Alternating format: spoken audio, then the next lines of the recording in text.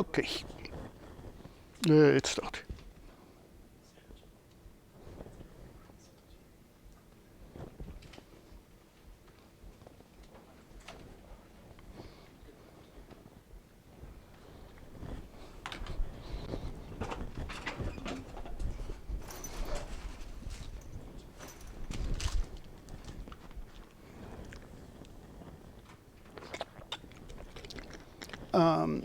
So we'll jump back and forth between homework 6 and more applications of texture mapping. And it did cross my mind for a moment of got vibes of people more concerned than usual last meeting, and I didn't know if it means that maybe I should think about cancel one of the homeworks, but then it's unfair for people that were planning. Remember, I'm dropping the lowermost homeworks. So you need to submit only 5, or you need to submit 6, but the lowest one will be dropped. And if I dropped homework 5, it's unfair to, if I drop homework 6, it's unfair to other people that were planning for 6 homework and did 5. But so just as I thought, and I don't know if it's a good idea at all. I'll just put it off, and I don't know if, even if it's a good idea, it's what I want to do, but if, just to put it maybe as a point of discussion, that maybe we'll have drop 6 homework. If you drop 1, it's, of course, if you submit 5, it's exactly, we are following the syllabus. If you're dropping another one, it would be 50% penalty. So it's like dropping 1 is like you're getting automatic 50, and then it's somehow more fair toward both the stressed people and the unstressed. But maybe I'm I get overly concerned about stressed people and everything is smooth sail or reasonably smooth sail, and I shouldn't. So at the moment, I'm just sharing shares with you, no decisions.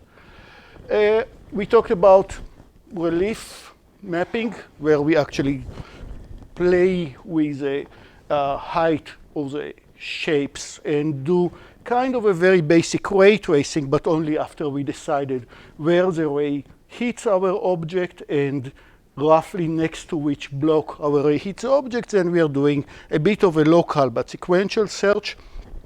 There is, by the way, another animal that doesn't give you, doesn't need really to do. The reason for this local ray tracing was that we had several blocks over here. Here is my surface. We always had a ray coming. It always in the problem of the grazing angles. Grazing angles, did I spell grazing correctly? Angles which are very close when I'm watching the whiteboard while being very close to it, almost tangent. So grazing angles, right? This part of the blocks that are further away, even when all the light are working, that's less of an issue. The issue is the ones that are just near you and you see in very sharp angle. Close to you and very sharp, and then the question of whom hide whom is really important. So we said we will look at these creatures that I didn't give it a name, by the way, last meeting. The tangent plane. Compute the intersection of the ray with the tangent plane. How do I compute the intersection with the tangent plane? Well, if it's I'm doing ray tracing per se, then it's a non-issue at all. Then you know how to do it. If I'm using the Z-buffer algorithm, I just get what I have as a whole sidewalk is just one single triangle that contains the whole sidewalk, and that's how I got the first intersection point. And now from this intersection point, I can do some sequential search to fit to my drawing. If my ray hits the tangent plane over here, I will start marching both with the ray and with the object until I'll find the really first intersection point, and that can be a bit sequential. that if we are using a relief plane, and by the way, there is also the parallax map, which is somewhere in between. It fits the point that you hit first. You are not asking further what to do, but you are highlighting the texture of the small surfaces. If you did hit close to an edge, if you think that I want to, maybe it's time to turn off the light, I want to highlight the details of one surface that match each other. It's a bit similar to the boundary enhancement that we discussed. I found that my ray hits close to the boundary between two objects. I'm not asking my ray actually hit all the way to the next block, which we are doing in relief map. In parallax map, I'm just looking at the texture around me and ask, do I want to use a bit the texture from the side, the texture of the crack between the blocks, to make it more dramatic. I'm just putting it as a pointer that if you want to get something that is both efficient and still give you the really dramatic details of rough surfaces.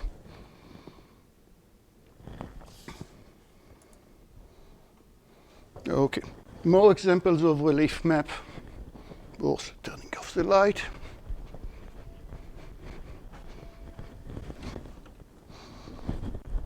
Right. It's part of the Stanford bunny, the Stanford teapot. Smooth surface for all objects. Right. Just a few real triangles that you see over here. We are playing with the normals all along the way. You already know how to make a triangular mesh looks like it's smooth by interpolating normals, like in Guard or in Phong interpolation. And then, as a next step, once a ray hits the surface, I'm looking at the texture and maybe decide which of the objects I hit, and once I decide which of the objects, coming from the texture map. Right. I have a separate map of the deformation as a relief map, how much I should move the surface up and down, just like you used to see over here. That will tell you what's by how much to relief. So in terms of complexity, is very small. And to make it even more dramatic, once I decided what are these new normals to each part, how do I know what are the new normals? Let's talk about it for a second. What do you think the normal? Look at this point, P and array. Here is a viewer.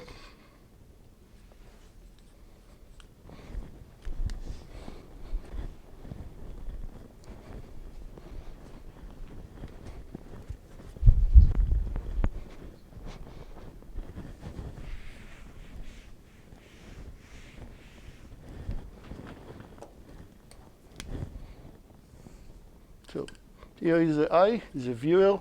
Here is array. I hit the normal plane over here. That's the first intersection point. What should be the normal at this point?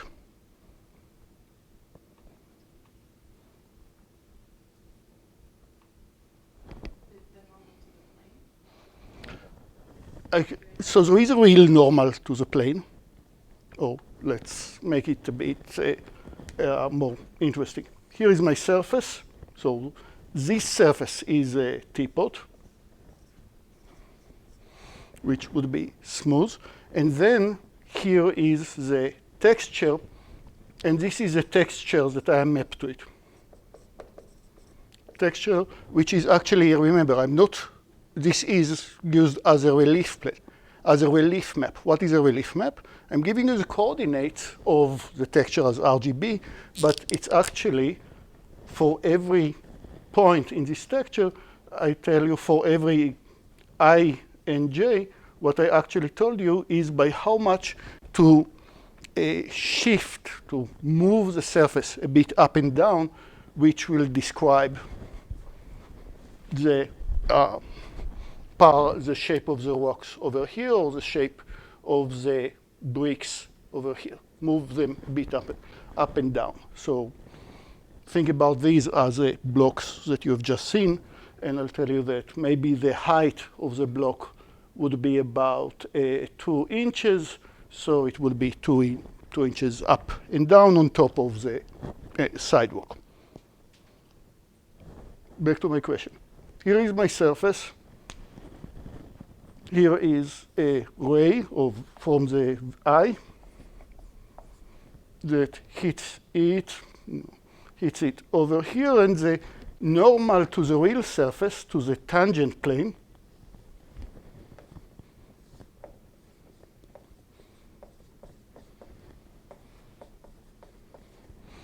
this will be the normal and vector. However, I realized that I'm mapping it into this surface, so what you actually do is taking this surface and wrapping it around. So the rays that you see over here is the same rays that you see are over here. So you just need to rotate it 90 degrees, but what is really the normal at n? There is a normal to the tangent plane, to the teapot, to the smoothed teapot, if you wish. To continue our Tuesday discussion, the teapot is described with very few triangles, very few triangles, and on top of it, you assume that you are mapping a texture onto the teapot, maybe with repetition, maybe with tiling. Could you use how much the relief map is changing by to get what the normal shape is? Exactly. In 2D, it would be, here is the estimated point, which tells me here is the approximated normal, and prime would be the direction of the normal to the texture map itself. So let's ask what is the difference between the normal to tangent plane. This is a normal to the tangent plane. This is a normal, give it a name. And prime would be the normal to texture. And the normal to the texture at this meeting point, the normal to the texture is going this way, while the normal to the image plane, if the texture was completely flat, is going vertically up. And there is some angle alpha in between.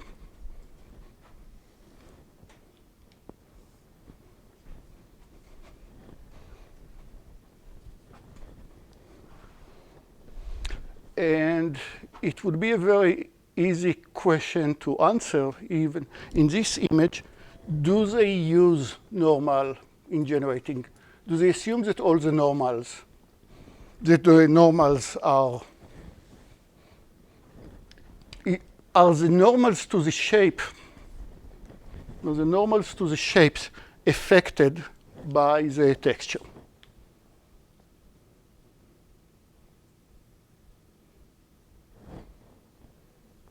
And if yes, how can you prove it? Because there's the specular spots. Look at the points that there are specular spots. They are carefully constructed to fit exactly where you are, but also the reflection to the specular spot, very much sensitive to, you only have reflection to specular spot when the surface behaves as a perfect mirror. It's a great, I think, midterm final question. How can you prove that in this image they are using different normals, right? You see specular spot only in the places that they should be, that are very much sensitive to the shape of the rocks. If they would only use the tangent plane, the smooth surface, to create a normal, then there would be only a single only a single specular spot on one point of the whole teapot. Okay, back to our problem. I want to estimate the normal of the teapot as if, remember, when I'll map this texture onto the teapot, highly exaggerating, all these blocks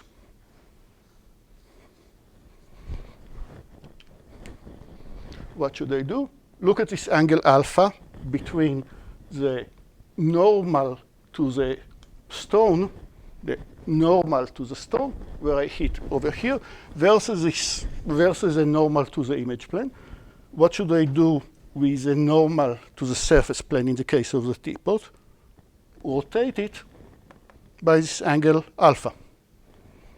Make sense? Look at this alpha, and now rotate it by alpha. Rotate by alpha, and that's I'm getting it to sound more complicated than it is, right?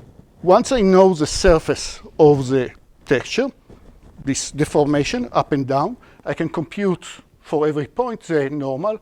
How? Take each point, look at each point, look at the nearby point. In 1D, it's just the left and the right. In 2D, it would be look at the derivative at the gradient. Normals to in x, normal in y, difference in x, different in y, give you the deformation. And now takes in the surface to the normal plane and rotate it. We are on the teapot. I'm not sure which point we are in the teapot. Let's assume that it's maybe this point over here, normal to the teapot. Smooth teapot will point toward you from this point. But if I just hit the right side of one of these stones, then I need to rotate the normal over here. And how do you do rotations? No, usually between vectors in 2D. Or vectors that lives in the 3D world. Well, how do I apply rotations of normals?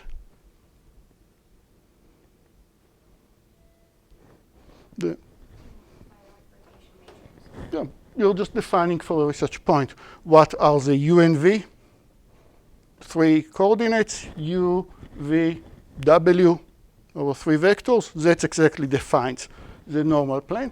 Go to the real normal, multiply by the matrix that you just created. Voila, you're done. That will give you exactly the new normal. And actually, the recommendation is look at the texture map. Look at the texture map.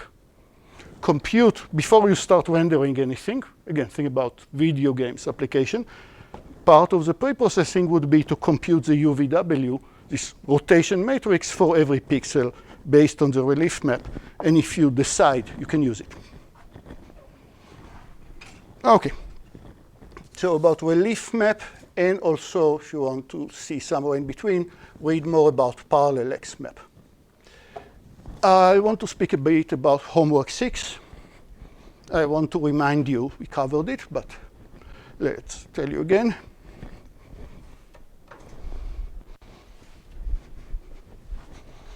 Snellow said the following. When you have a ray that is moving from air to water, or from water back to air, the direction of the ray might change. Direction of the ray might change, and how can we calculate by how much this ray changes?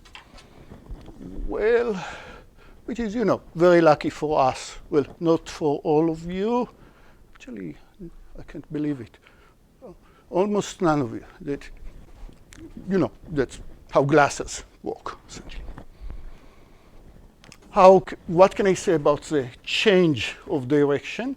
I need to look at the surface where my ray hits the glass or water.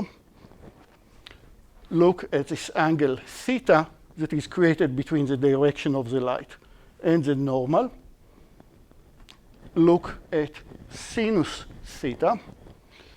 And now I want to ask by how much the ray the ray might have continued straight, but because we are moving from one material to another, one medium to another, this ray changes its direction by some amount. So I need to compute this new angle phi. And the equation that governs what is a new angle phi is Snell law. Snell law would say every material has its own coefficient. We'll make it that air, its coefficient, medium coefficient, would be 1 outside. For water, it will be about 1.7. And we want to say, given that I know what is theta and know the new coefficient, I can compute phi. How? Phi should satisfy this equation. And now, knowing theta, I can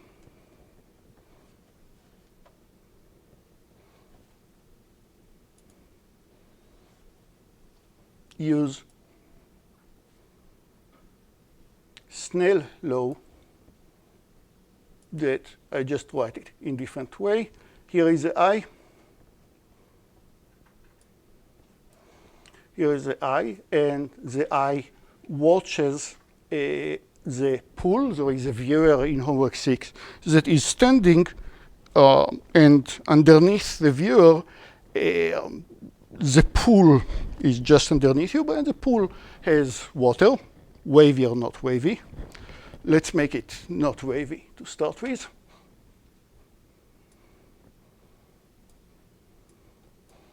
Slightly wavy. So the viewer is watching just above the pool as a bonus point. You can put the viewer in other locations. And the ray that the viewer shoots downward hits the surface of the water and changes its direction. And actually, this ray is going the opposite direction. That if it is light that illuminating, but that's a problem that you don't have to solve directly.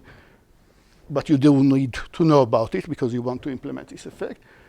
If now this is a pixel on the bottom of the pool, asking what happened to a ray, wouldn't the viewer see this point? Let me highlight it a bit.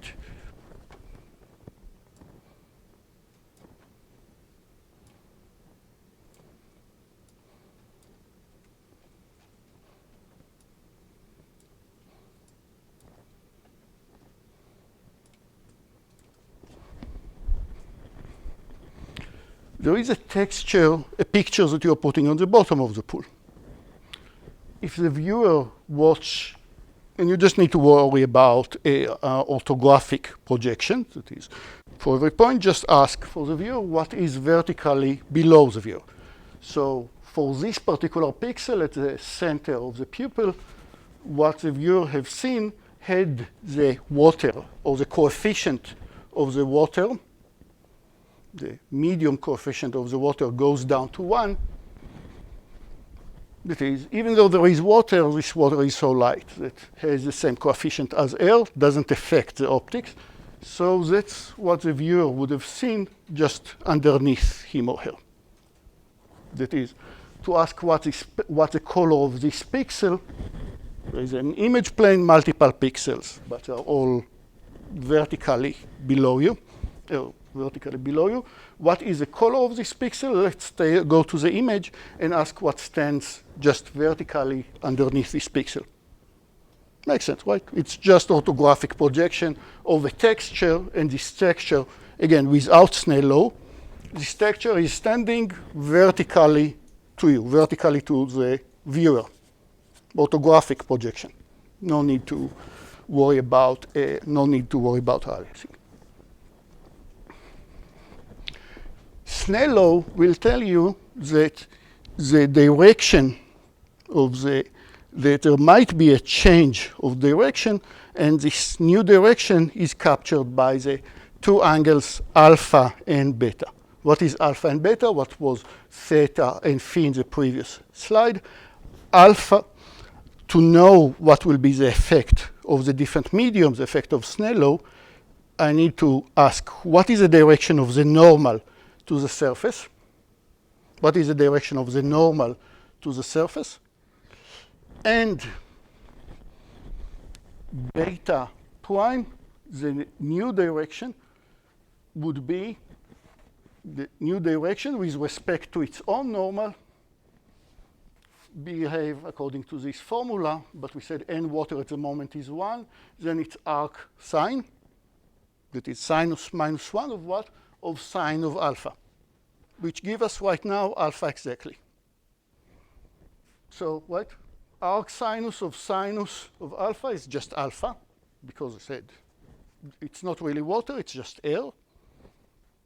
So the coefficient of the water is 1, implying that beta prime is exactly alpha prime, meaning the normal is the same, implying you see exactly what you have underneath you. Just a sanity check for the case that the coefficient of the water is 1, which is not. Let's fill it with water, start changing the direction. The medium coefficient of the water.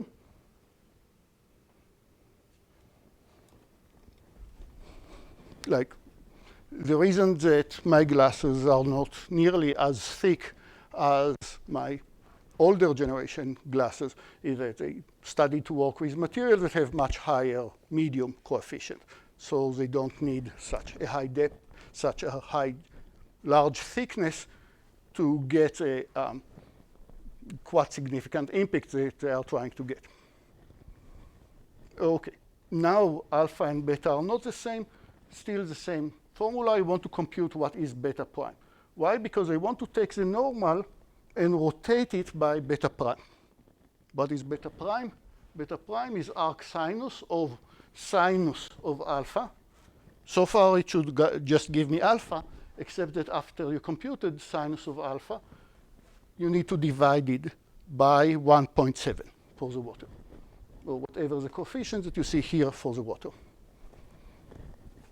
Okay, and you're doing it for each and every ray, and that starts to explain how we do this deformation.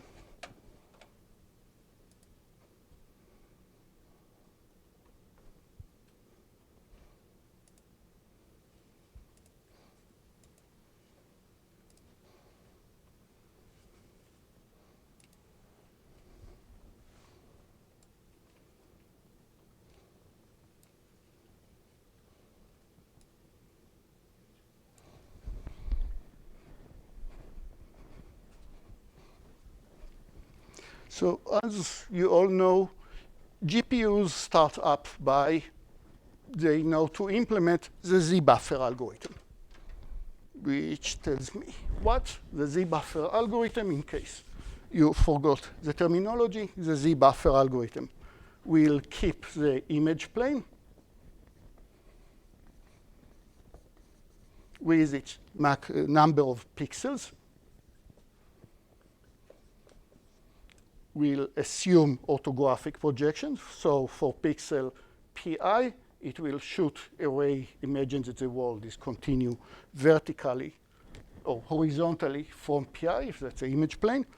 And the Z-buffer had only two buffers, namely the depth buffer and the color buffer.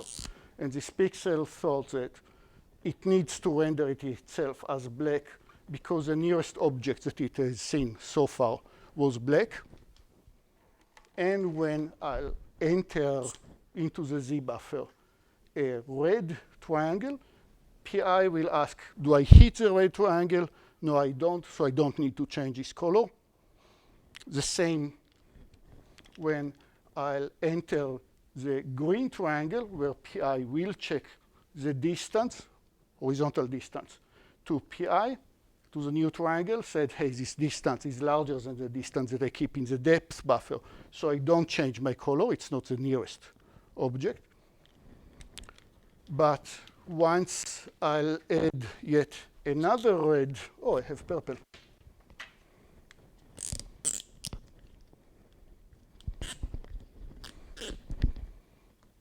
Once I'll add the purple triangle, pi will compute the distance to the depth to the purple triangle, decide that it's closer than the maximum distance that I've seen so far, and will change its color to purple, all as a decision of just what's the depth.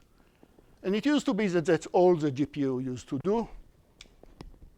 And then GPU started to have a bit of a programming values, like writing more values, doing linear transformation, computing multiplication on vectors, and then, as you know, AI comes, and Bitcoin comes, and GPUs started to lose the correlation with graphic applications necessary.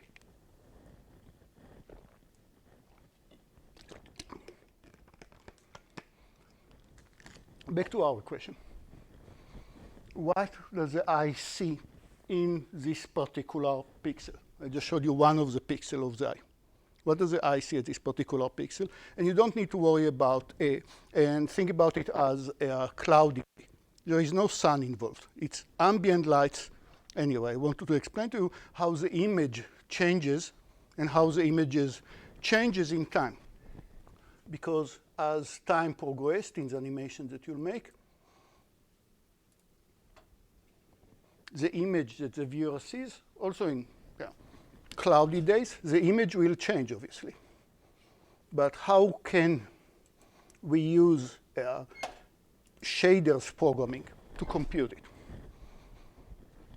Well, when you're a shader, a pixel can make some decisions nowadays, last 15 years.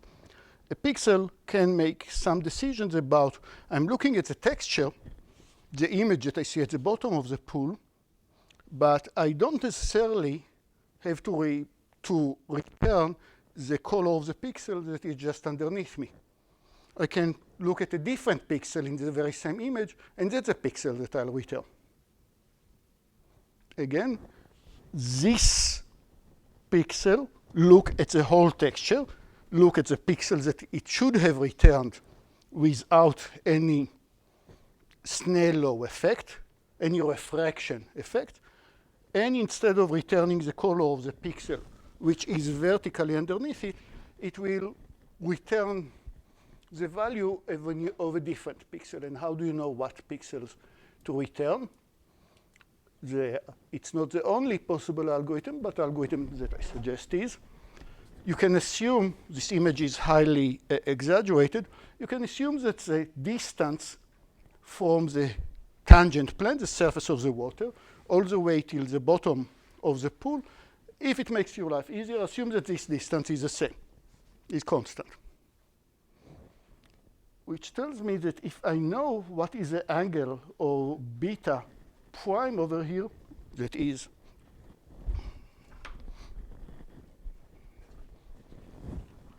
I know the new angle because I know what is beta and I knew what the direction to the plane, I can ask by how much did I change what is the displacement between the pixel just underneath me versus the pixel that I should return. Why should I return this pixel? Remember, all the pixels in the bottom of the pools are all illuminated, including this pixel. What happened to a ray of this pixel, where my finger is, emits light all over the pool. But what happened to this particular ray?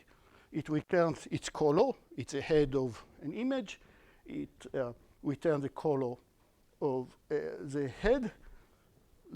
Tracing the ray backward will hit the surface of the water over here. Snell law doesn't care about the direction.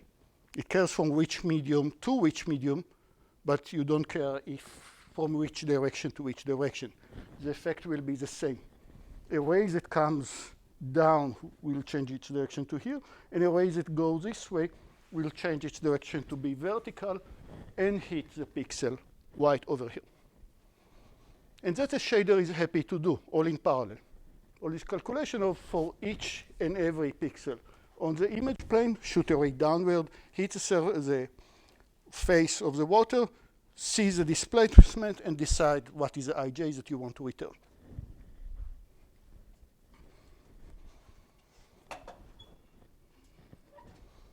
And then you can control the surface of the water by a few sliders. You can decide what is the amplitude or how it changes in time. You need to submit an animation of it. You want to ask how does it change in time, what is a increase the frequency, decrease the frequency, increase or decrease the amplitude, and so on.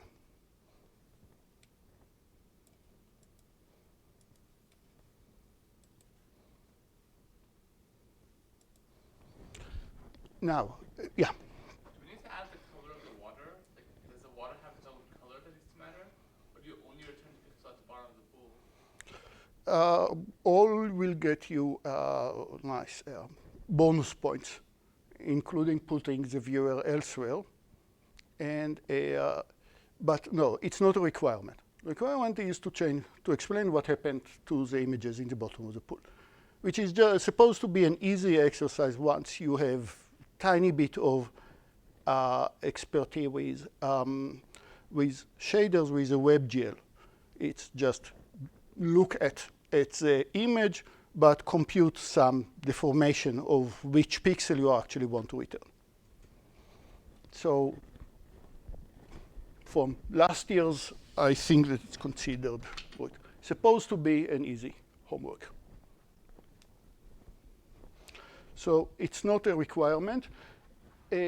Now, something interesting, if you want to add the effect of the sun, you know, the ripples of the sun at the bottom of the pools, that's actually a much harder part. And the reason that it's a bit harder if you want to do it correctly, and then I'll tell you a hack that will make it look very nice. But if you want to do it correctly, then let's look at the waves of the water, and let's look at the bottom of the pool. And because of the refraction effect, a pixel over here at the bottom of the pool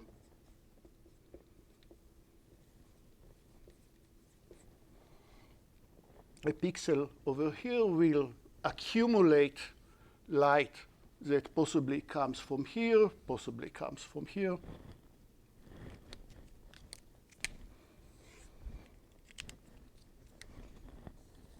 Possibly comes from here, possibly comes from here. So some pixels becoming brighter, while the nearby pixels will be becoming darker. And of course, as the wave changes, then this pixel changing, giving you these images of illuminating light, illuminating shading effect on the bottom of the pool. So to do it properly, you need to do this accumulation effect, which is like computing Snell law per each and every pixel, which is a bit overkilling.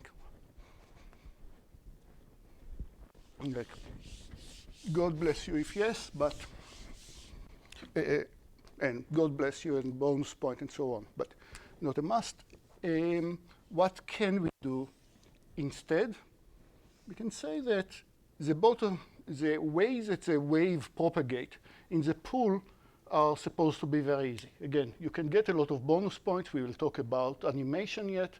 You can do much better than this, but you'll always assume that the wave propagates radially from the center of the pools. Once they hit the edges of the pool, they just ignored. No reflection of waves backward. And no decay. It's just happening all the time, and there is unlimited source of energy. So the frontier of the waves, the contours, are always radial from the center of the pool. Okay, so that's when I'm looking at the pool from the top. Back to the bottom of the pool, here is, let's do it again. Here is the bottom.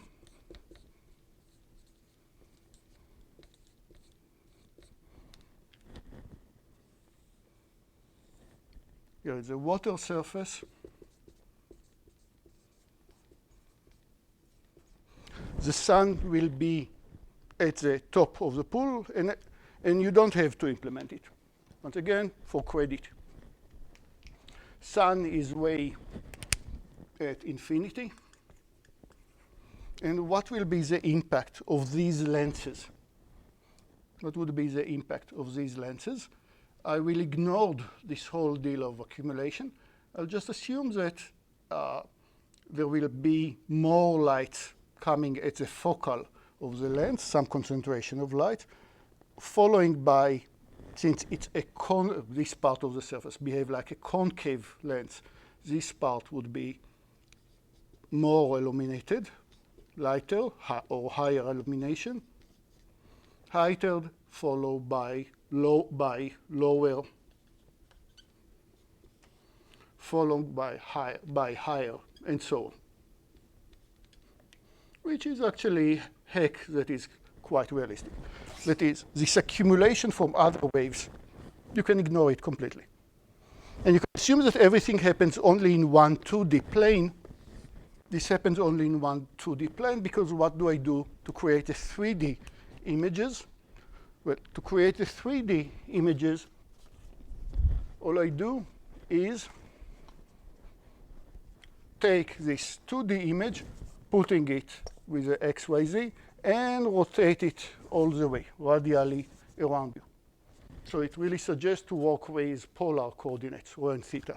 That is, once you solve it, rho and theta, remember, polar coordinates,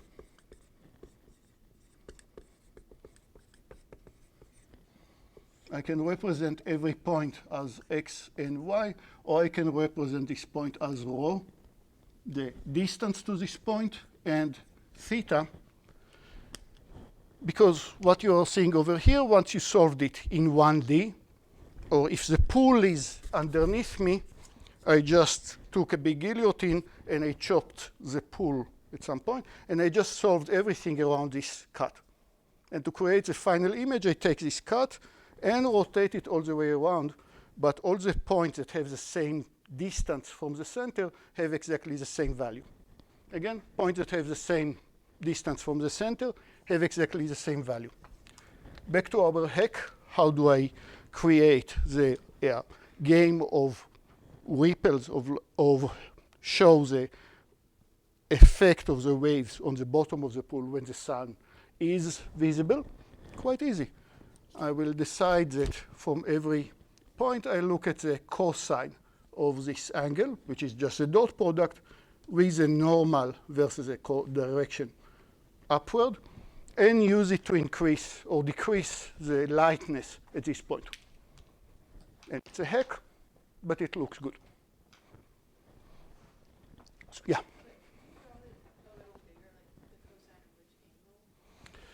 It's always a cosine of tangent to the plane or normal to the plane. Essentially, I would say that if just above me, again, as a heck, I will say, if right above me on my way to the sun, too crowded.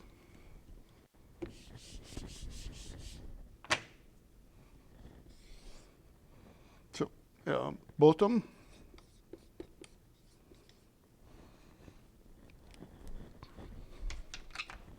Bottom of the pool, and here are the wave of water. Here is a point pi. Look at the direction from pi vertically up. Look at the normal of pi, n of pi, which is a normal to water at pi. That's a point pi. And of course, at this time, the waves are all moving, so this normal are changing. Look at cosine this angle.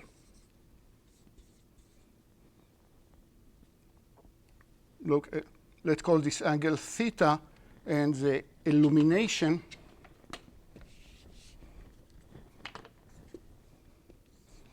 the lightness, luminosity, if you wish, at pi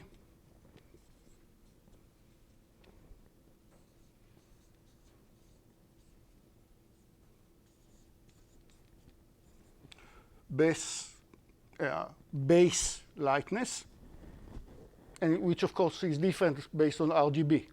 There is a point at the bottom of the pool. That's how. So different PI have different color. Dot product, or times, sorry, the dot product of n of pi times n of pi dot product z. Z just will stick vertically up. So what is the dot product of n of pi dot z? Let's zoom in.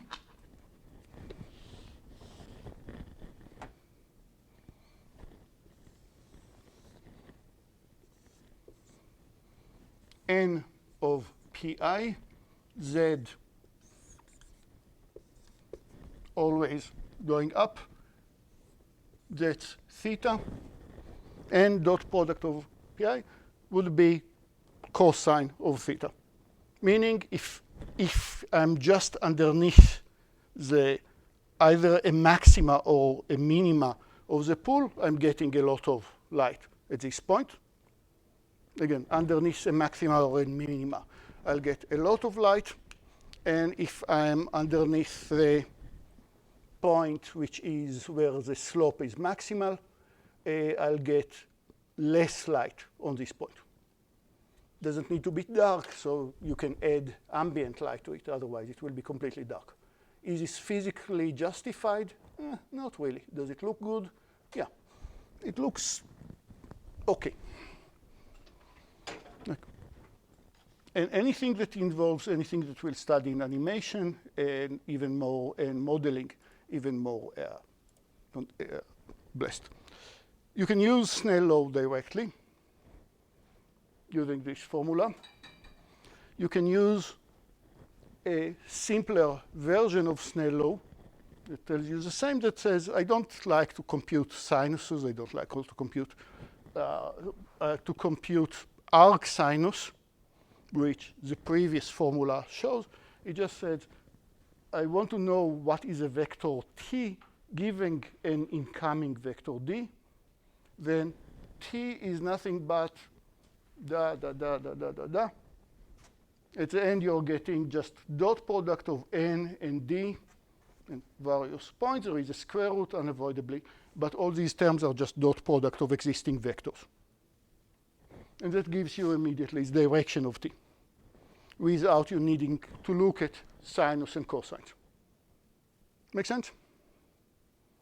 So in this way, you don't need to really call sinus, nor to call arc sinus, especially that the theta that I had originally, well, as I said, you can do everything in a 1D world, only around one cut, one guillotine cut on the pool, and assume that it's all rotationally symmetric.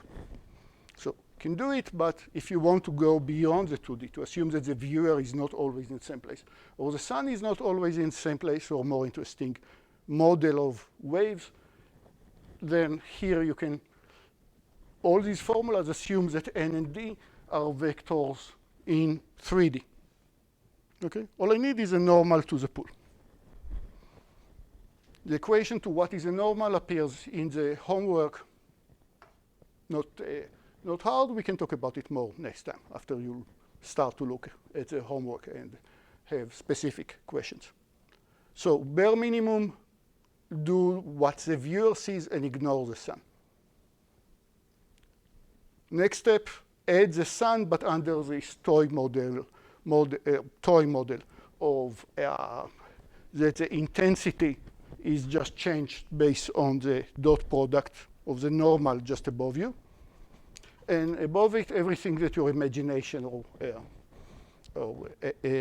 motivation brings you to. Okay, we talked about this part. We talked about image-based rendering, taking the wolf and redesign, pre-process multiple images of the wolf. And we started to speak, and I don't think that I gave you a great answer about when should I use more than one image. in the pool.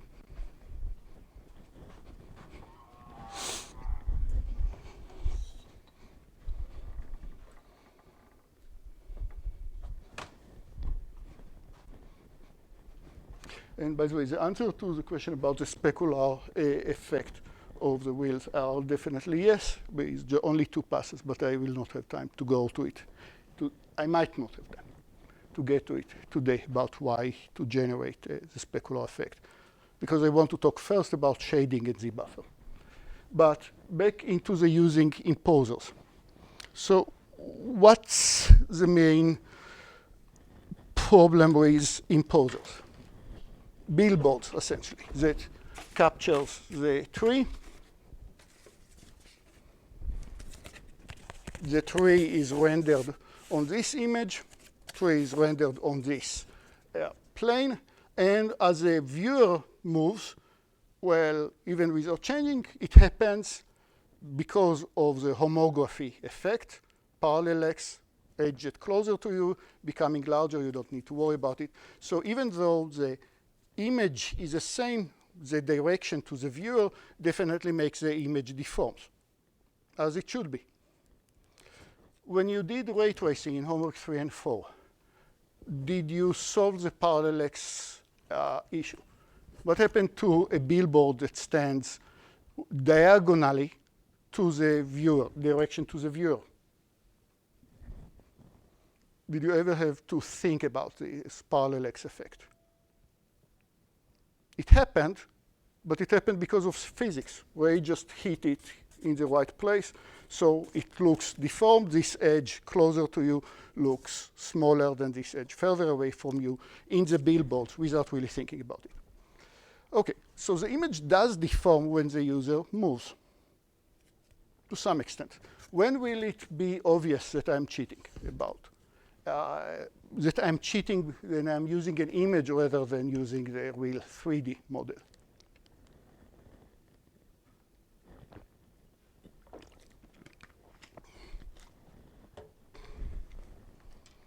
And it's true both for the wolf in the previous slide as well of the tree over here. If that's my tree, can I get away with showing you just an image of the tree and tell you everything that happens behind, just enjoy on this image, are all transparent pixels? Everything that is behind is transparent pixels, so only pixels on this quote-unquote tree are obscuring objects behind it, and it looks quite realistic at this point, I think. And you start to rotate, or the tree start to rotate, and the image of the tree, of course, rotating. But the distance between these 2 branches will get shortened, as it should be in the image. But what happens? Obviously, well, what really will see it immediately is that images don't change according to the right equations. Right? The amount of changes of the distance between this branch and this branch depends on what's the angle to the tree originally. And to highlight it, no self-occlusion. If it's the image of the tree in this way, it will never look like this branch is getting switched places with a branch behind it. But still, it gives me a huge range of directions that I can get away with this kind of reliably. As long as this tree starts to be planar to you. Let me restate it. If I place this plane where the tree, I took an image of the tree, where the tree is miraculously so planar and it faces your direction, the viewer direction, then I can keep it as a billboard, as cheating by showing you the image rather than creating the real 3D model. I can show you this image, but that's true if I start at a situation where this plane and the tree is really close to planar. They're really close to planar. But of course, no self-occlusions. And if the tree starts when the tree is quite rotated, then I can show you the image of the tree facing to you where the tree is quite rotated. But the moment that you'll move, it will look terrible.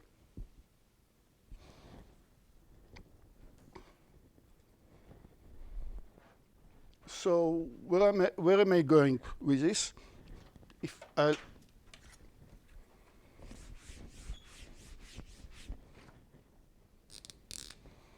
If here is my tree, I'm looking at the tree from above. I'm looking at the tree from this direction. Here are pieces. Here is the center of the tree, and here are 4 pieces. That's my tree, center of tree. Center of the tree right here, and 4 main branches. The viewer watches the tree. Viewer watches this tree from this point, sees the tree over here, but the viewer might move a bit. Not by much, but might move a bit. Can I take an image of the whole tree and show the viewer? As long as the viewer doesn't move, it's fine. If everything is static, the moment that there is any movement or any wind movement for this aspect, things will change and it will not look good because of especially correlation between these 2 pieces that are more likely to change places. Where am I going with all this explanation? That one image, one billboard for the whole tree, it might be a bit tricky. By the way, in the previous slide, we saw that I can prepare multiple images from different directions, but that's for the object as a whole. Again, I can prepare multiple images of the wolf from different directions, but here I assume that the wolf is a rigid thing from each direction. Here, I will actually assume that the tree is a bit more complicated, and I'll use multiple images once again, but now my images are blue. I'll arrange my billboards in a somehow counterintuitive way. Look at this wonderful tree. It's kind of planar.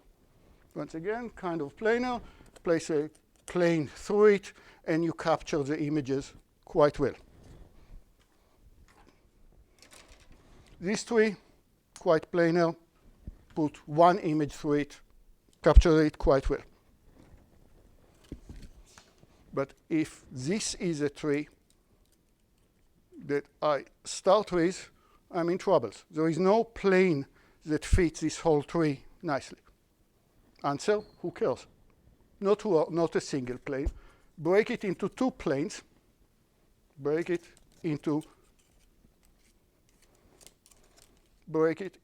2 planes. One plane, one billboard stands this way. One billboard stands this way. That is, your criteria is that as long as things are close to or projected into a plane without too much difference between them, you can project it. A bit hard to see in the slides. What happened in this slide, now I'm looking at it, from the top would be, I'll take this portion of the plane of the tree and put it in one billboard, and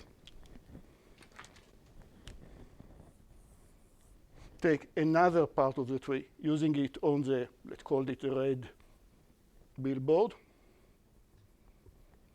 Which one of them do I use when I render the tree for you? The red or the green? Answer, both. I'm placing both billboards, and they happily cut each other, as you could have done in homework 3. There is no guarantee, and actually, you will use the fact that they are intersecting with each other. If they want, don't have to. Make sense? So you're capturing from the 3D scenes, you're trying to capture. Of course, 3 will be more problematic, but as a rule of thumb, you'll decide that you have in the tree to start with 4 or 8 canonical directions.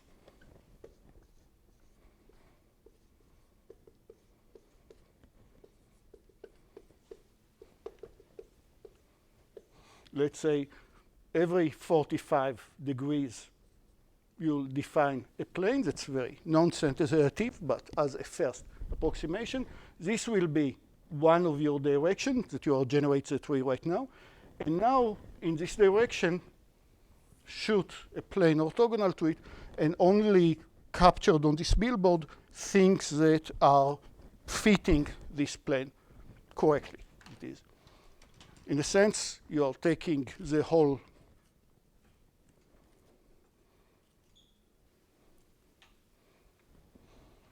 tree, and from the whole tree, either decide about one of the directions and decide what part of the tree are close to this particular plane.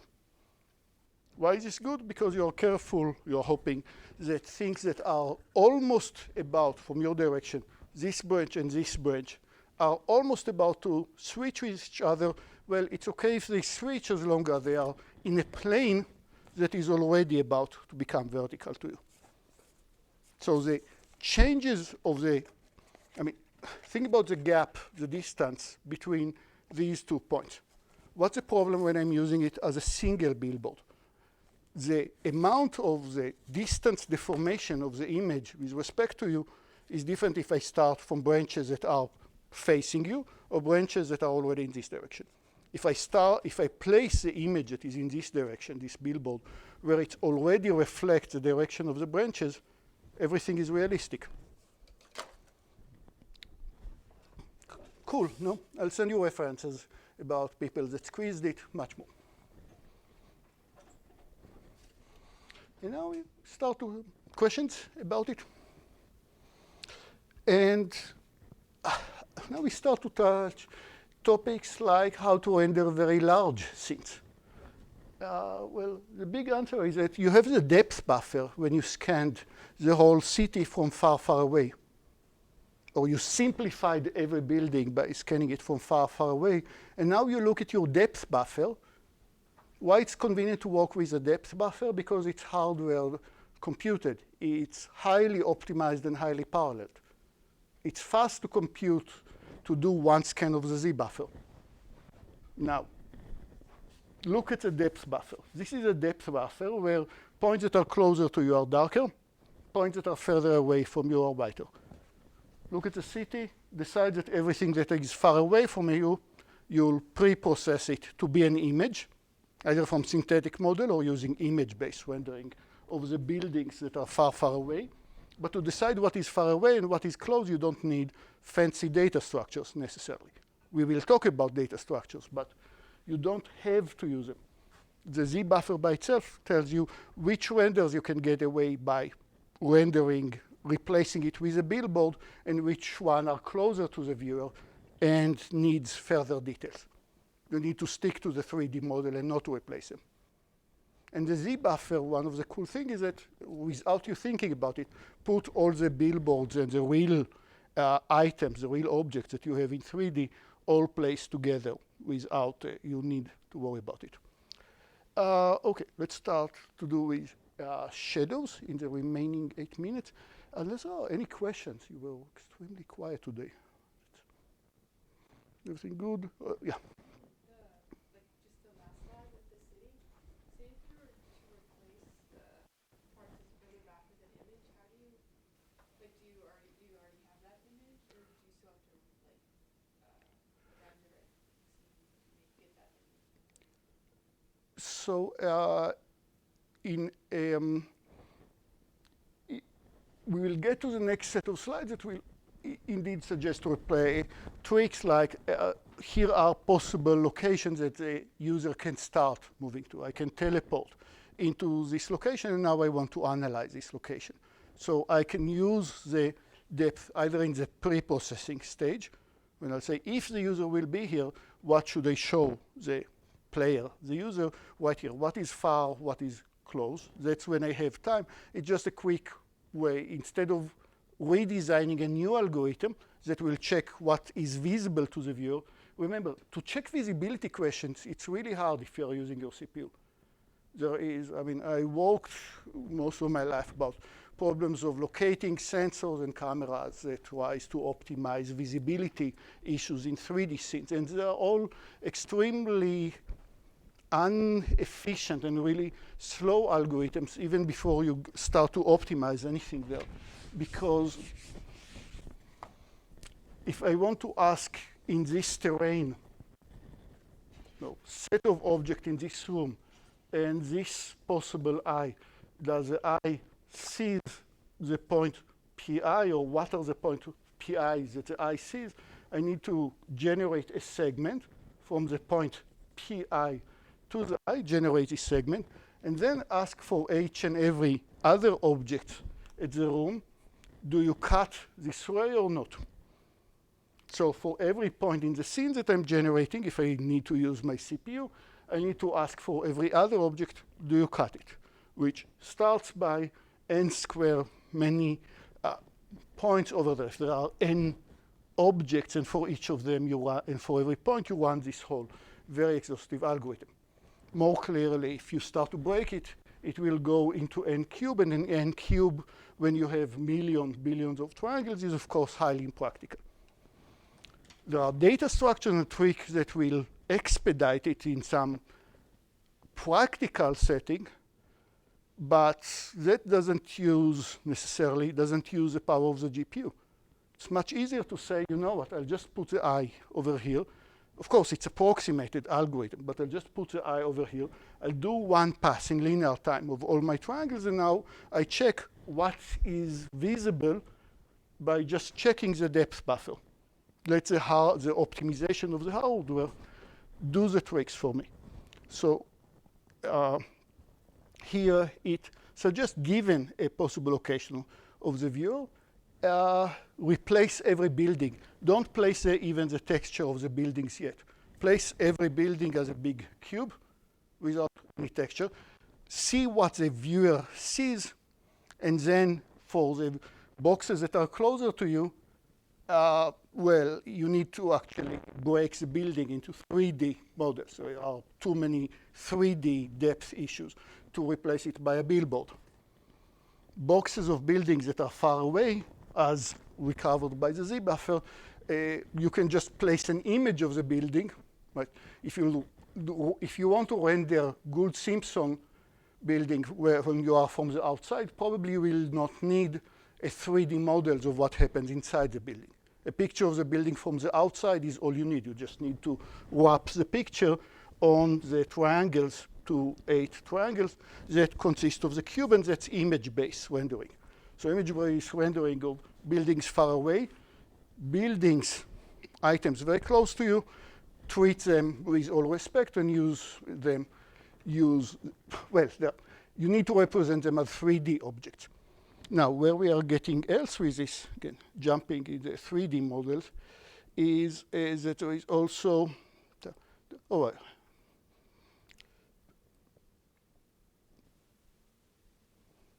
okay, we'll get to it.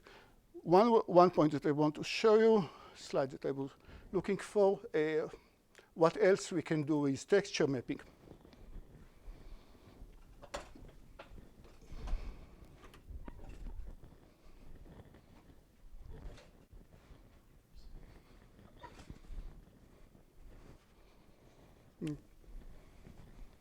It's from the good Terminator movie. One and that.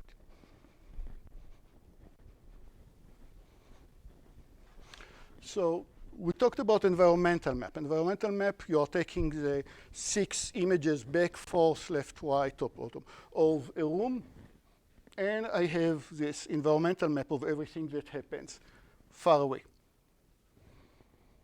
And now I have also an image of this copilot, and I have what was his name?